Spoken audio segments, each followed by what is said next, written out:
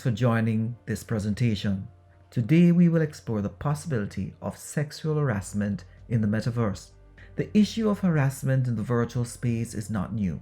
In my first attempt to use a virtual social space a few years ago, I was shown an image of an explicit nature.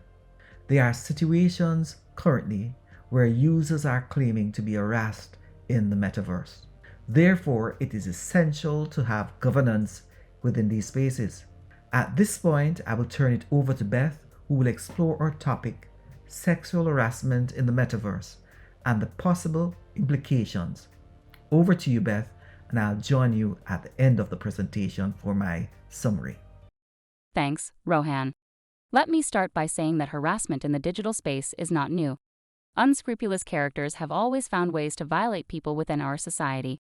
The reality is that behavior in the real world will become the behavior of these virtual spaces. Presence in virtual space is improving, and these improvements will lead to more realistic experiences. The concept of presence is outlined in one of Rohan's videos. According to Rohan, presence is the ability of the user to feel a seamless connection between the virtual space and the hardware. As new technologies emerge, users will have an enhanced sense of touch within these spaces. This enhanced sense of communication could lead to inappropriate behavior. Many users of these spaces believe that since this is a virtual space, their actions will not impact the targeted person. Let's explore a case that took place in Meta.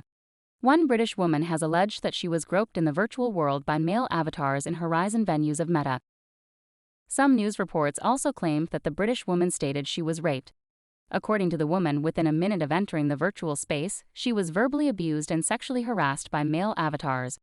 The male avatars also took pictures of the incident. According to the victim of the abuse, she was shocked and could not believe that this had taken place.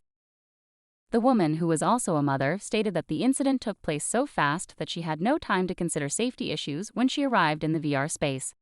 The woman, a tester of the virtual space, has provided feedback on this unfortunate event. Now I want you to consider the implications of users' psychological well-being who experience these situations in VR.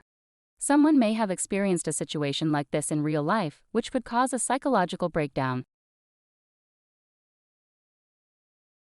One key question that we must ask ourselves is, will the virtual world become free of sexual harassment? The reality is that this may not be possible.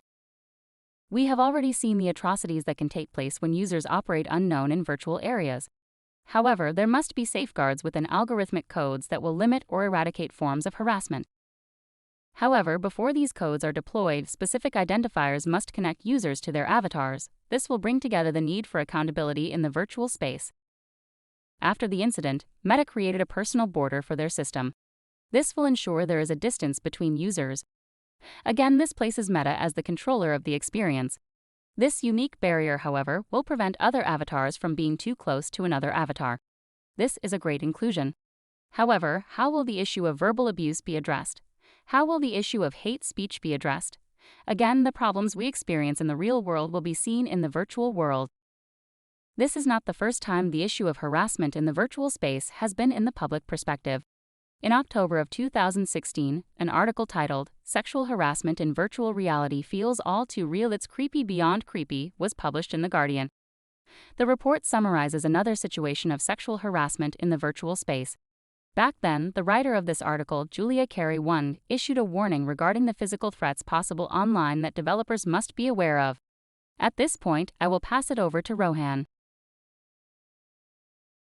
Thanks, Beth. We are indeed at a time where we can no longer delay formulating an approach for governance of these online spaces.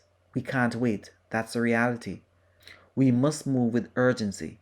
Developers of these spaces must create a safe zone for users.